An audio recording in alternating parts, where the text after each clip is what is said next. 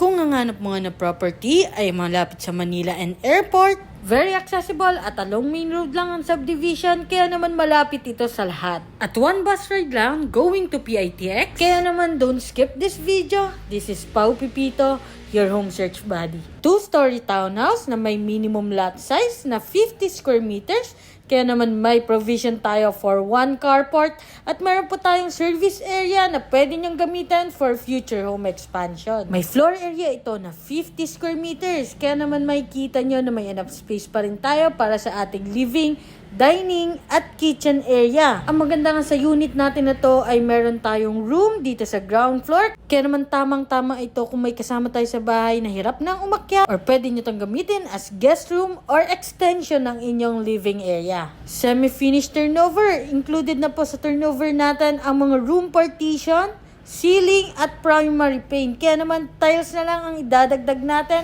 Ang advantage nito ay mako-customize ninyo ang gusto nyong design ng tiles. Total of 3 bedroom and 2 toilet and bath with complete fixtures. Kaya naman livable na to upon turnover. Located ito sa Barangay Sahudulan, Tansa, Cavite. Kaya naman kung interesado ka sa property na to, send me direct message para ma-schedule na natin ang exclusive house viewing mo. So, bye-bye!